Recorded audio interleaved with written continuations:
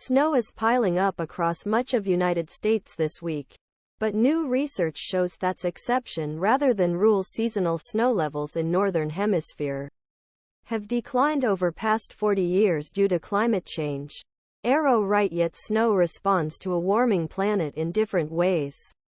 A warmer atmosphere is also an atmosphere that can hold more water, said Alex Gottlieb, a graduate student at Dartmouth College and lead author of the new study in the journal Nature. This can increase precipitation, encourage snow, and even increase extreme storms and blizzards, which offset the impact of snowmelt in warm weather. This has made it difficult for scientists to calculate how snow cover has changed over time.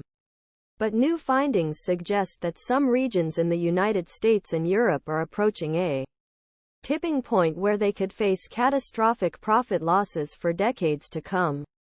Once you get past this threshold, which we call the profit-loss cliff, you can end up with really accelerating losses even with moderate warming, Gottlieb said. Cut out noisy data. When Gottlieb and his co-author, Dartmouth professor of geography Justin Mankin, began researching this topic, they were surprised to find how inconclusive previous analyses had been. A recent UN Intergovernmental Panel on Climate Change report did not assess snowpack loss in the Northern Hemisphere or globally. Snowpack is difficult measure, making it difficult to attribute it human-caused climate change. The researchers said, there is so much variability.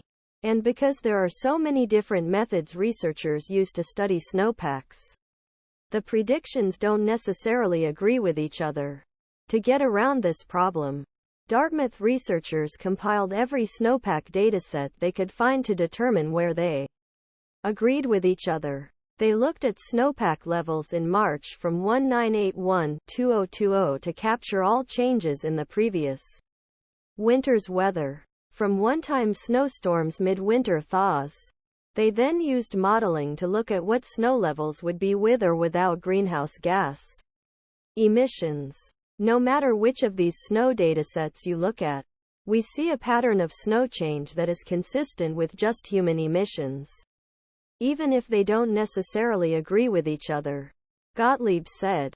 Falling off the profit-loss cliff, the researchers found that the relationship between temperature increase and snow loss is nonlinear.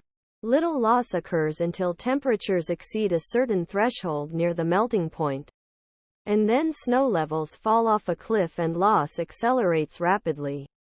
That makes snow loss a bad canary in the coal mine for detecting human-caused impacts on climate. Mankin said, when you see profit loss, you're either on or off the profit-loss cliff. Mankin said, this means that communities that rely on snow for water supply face not just a temporary shortage or emergency, but a fundamental regime change. The researchers found more than 2 billion people relying on snow are at or